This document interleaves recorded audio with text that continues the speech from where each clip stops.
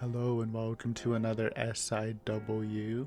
Um, Today I have four South Korean movies. I've been watching, not in a row, but around. Oh, of course. As soon as I start recording, a train hits. Just listen to that beautiful train. I love you too. But yeah, this is from. Yeah, I haven't watched this in a row. It's over like the course of the month, and I've been really interested. I feel like again branching out to more than horror. I do feel like South Korea does make some pretty good crime thrillers.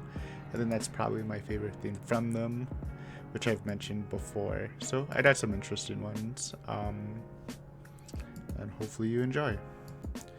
So first off, I have Bedevilled. I think I mentioned this in the last SIW since I was gonna do that there, but I moved it over here to the next one. This is Bedevilled is 2010. It's sort of a revenge movie. I'm trying to think.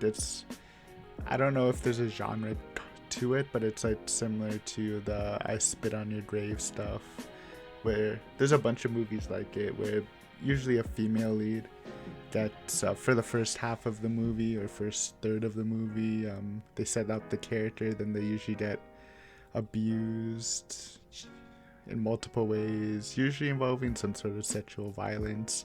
And then the latter half of the movie, they turn into a killer and take revenge, usually killing them in pretty gory ways. It's been a trend for a while.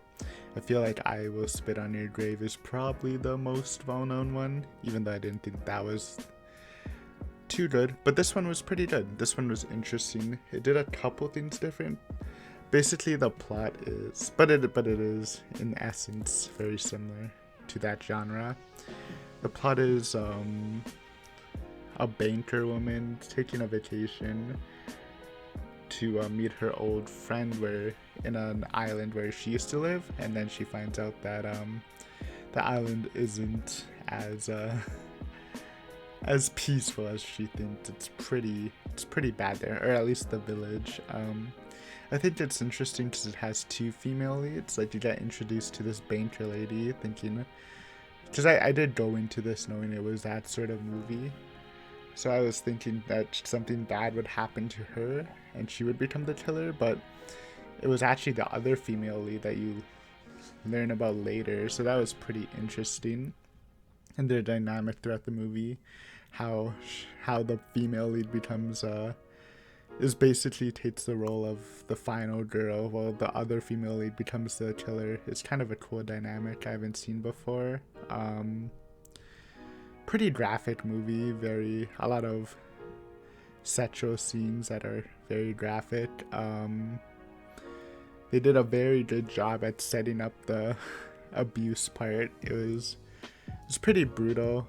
I think I was less sensitive because this was in the period of time where I watched the United Red Army movie, and I thought that movie was super hard to watch. So this one wasn't as bad to me, but that's because I've watched a lot of horror and similar movies like this, so it doesn't affect me as much. But I can definitely see it being pretty bad. But yeah, they really set up the village, especially the men in the village, the two guys, being pretty bad with some seriously, like, you can definitely 100% sympathize with the main lead, or the killer girl. I mean, I guess some of them probably didn't deserve to die, but whatever, man. This girl, I again, they totally break her down, so it's fine with that. I think the kills aren't too graphic, but they're pretty good. It's just very satisfying. Again, for this type of movie, I guess the key component, I think, rather than the kills, is just, again, making the backstory very brutal and the execution. And, you know, when the backstory is what makes the kills feel so good, right? It's not like a normal slasher where you're looking for creative kills because you don't really know about the killer and the situations. It's more usually have a mystery or just of a spooker factor. But this one, you know, you want the people to die. So I thought that was pretty interesting. Scenery is cool too. I always like the island stuff. I think the other main character is kind of annoying. She's definitely set up as a character who should get some bit development and change your views throughout the story.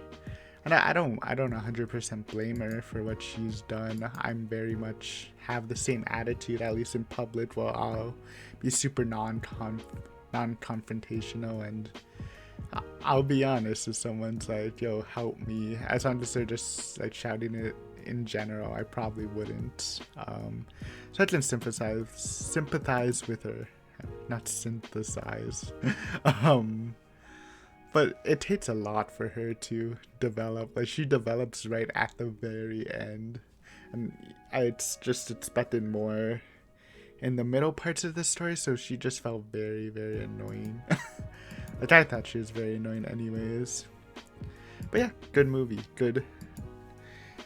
I said non-brutal kills, but they're still pretty brutal. I just mean, like, nothing super crazy. There's a cool scene where someone got killed by someone who was using a knife with their mouth because their hands were tied. I thought that was kind of cool, stabbing someone with the knife in their mouth. But yeah, it was good.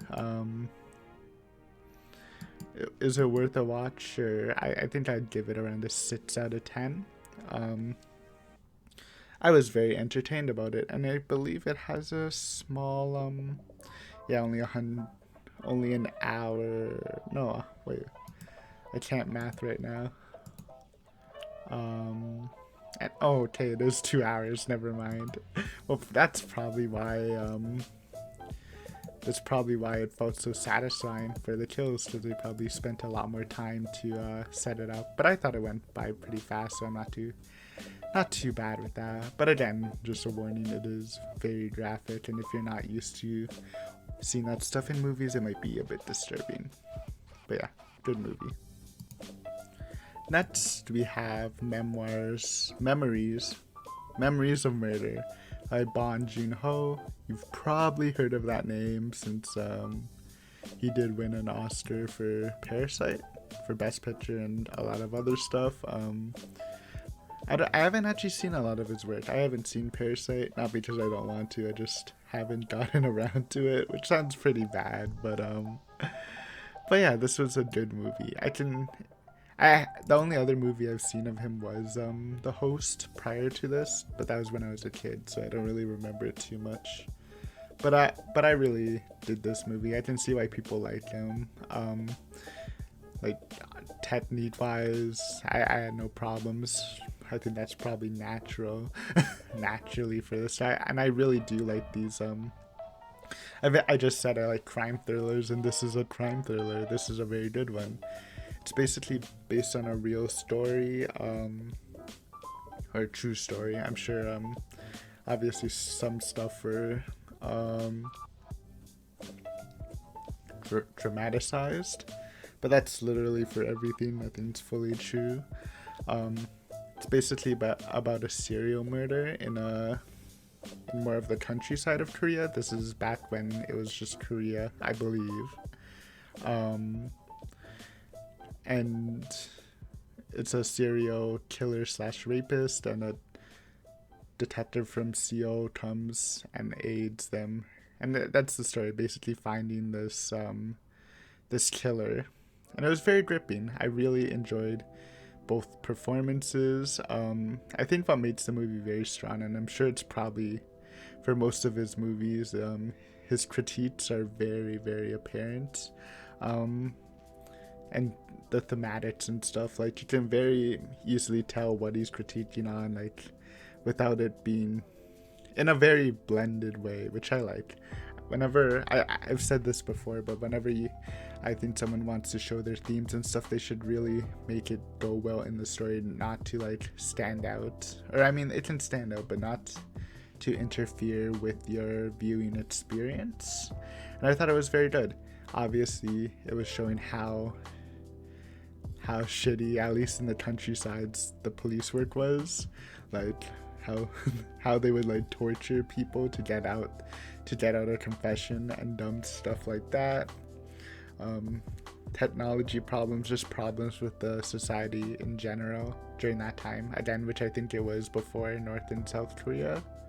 I could be wrong. At least it was when it was a pretty shitty time. 1986. All right, let me doodle this.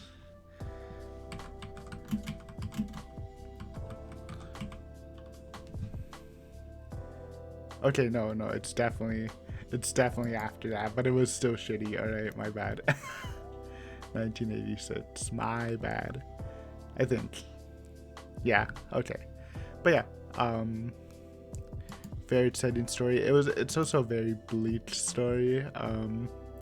Spoiler, I watched another movie of his which I'll be talking about next, but I'm guessing that's probably a common theme where there's not gonna be too much happy endings. But again, this is based on a real case, which was a cold case, so it's not like you expected something a really good ending to happen. But it was good. It was fun to see the characters develop. The main CO guy being like, he started off pretty professional, very smart, and acted a lot with logic, and how he breaks down over the length of the movie, and how he becomes more instinctual and kind of blends in with what the local police force was doing, resulting in like torture tactics and stuff, just because he really wants to solve the case. And how the other guy kind of did the opposite, how he started to look more at the bigger picture and not be so tortury. But yeah, it was a really fun experience. Again, how long was this? I believe it was 2.5 hours, maybe 2 hours and 12 minutes. Yeah, it's a long one. It feels long, but it feels good. Like you should be pretty. I was pretty gripped. What is it called? Like sitting up, like very attentive. Like I wasn't bored at all, because again, you're very invested in this murder case, and just how. Because again, he probably escaped, one, because he was very good at murdering, very good at hiding his tracks, and two, because of the incompetencies of the police force. Like the opening scene, discovering the body, just how much of a mess it was almost laughable. But yeah, it was a very fun experience. Well, fun. Again, it's a bleak movie. You're not gonna be cheering.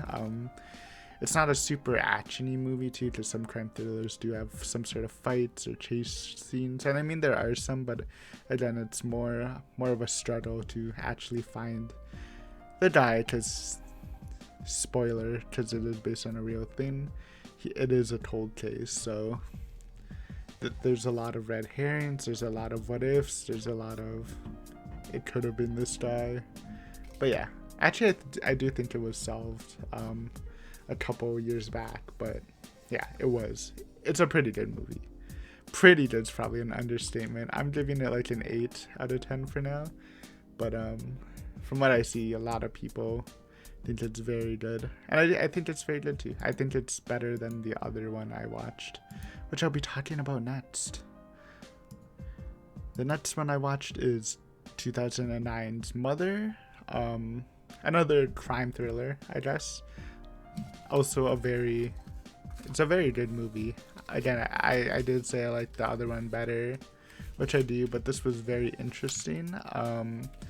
Basically, it's about a mother's autistic son being accused of murder, and she takes it into her own hands to try to prove her son's innocence, which is a cool topic, right? I've definitely seen you've seen like dads act as action heroes, but you usually don't see moms do. So it's good. It's a story about a mother's love for a child and how far she will go for it.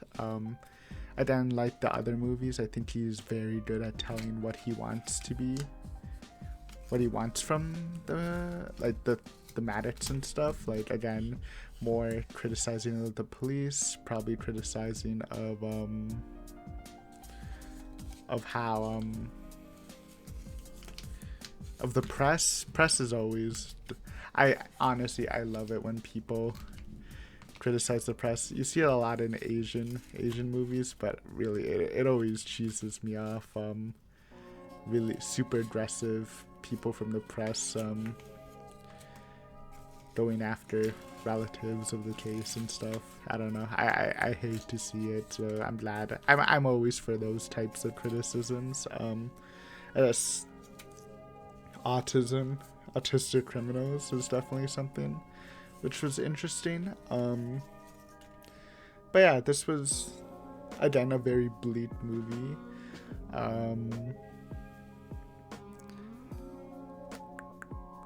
I thought the main lead was pretty good. I thought she played a very good character. You always do want to cheer her on, even though she does do some pretty crazy stuff. And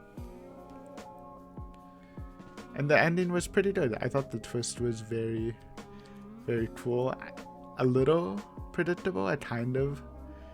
You do kind of see it coming, like I called it like halfway, but then I changed my opinion and then it's like, oh, I was right. But it was good. And again, it fits with the theme of like how far a mother will go to protect her child. The very end though, I didn't like the very last bit of the movie. Which I understand why, but it was very not cheesy, but very theatrical, I guess, which isn't what I want from such a non-theatrical movie. Still pretty bloody. I liked the side character, the friend of the autistic guy, or quote unquote friend, because he was kind of manipulative and greedy and stuff. But I liked this character. I thought it was pretty cool. I mean, a lot of what I said before for the previous movie can just go on here. It was interesting. I think, again, I was more into... I mean, they're both technically have characters trying to catch a real culprit and find evidence, but I kind of like the police side more. I'm very much into seeing the police work, and I enjoy watching the mistakes, the politics in police work, like how they have to watch for the press and stuff. I think that's more up my alley, but it is interesting to see like a mother who doesn't have the police backing, trying to find her own way, and she's not a young mom. I don't know if it's at her age, but she's probably like in her 50s, 60s, so just like a really old lady doing some pretty dangerous stuff and detective work. And yeah, it's hard. It's not a happy movie. It's very, very like some parts were very hard to watch, but it was good. It was a good take on love, I guess. Again, maybe a parental love story would be a good thing to describe it. I think it's good. I mean, I'm guessing most stuff from this director is good, and people like it, though. From what I've seen, people did like Memories of Murder better, just from what I'm seeing on my screen right now, which I do agree with. I thought it was a little bit more interesting to my tastes, but in no way was it bad. It was definitely... I'm giving it a 7, just because I think Memories was better, and I gave that an 8, so I'll just give this one a 7. But I do recommend watching it. They're both pretty good. Yeah, I think I'll end it at that. Hit that sweet 5-minute mark per video. What, we're actually going fast. On time, Eileen. For our last movie, we have 2012's Confession of Murder. This is also a crime thriller action movie. It's kind of interesting because my general take for action movies is I usually don't care about the plot. It's usually not that good. Same with the characters. I mean, sometimes they're good, most of the times they're pretty generic. They're just there for the cool action scenes. For this one, it's actually the opposite. I thought the plot was very cool with a very good twist at the end. And the characters were pretty interesting, but the action scenes were not great, in my opinion. Basically, the plot is for a criminal. the statute of limitations, which is 15 years, according to the story in Korea, which is basically if you commit a crime and they haven't arrested you, or no one's been arrested for 15 years, the culprit is free to go, I believe. That's how it works. Maybe not. I don't know. I'm not exactly an expert. So after the statutes of limitations expired for a serial killer, the day after, a man claiming to be the killer writes a book on it with with details in the book that cannot be that pretty much only the killer would know, or someone very close to it.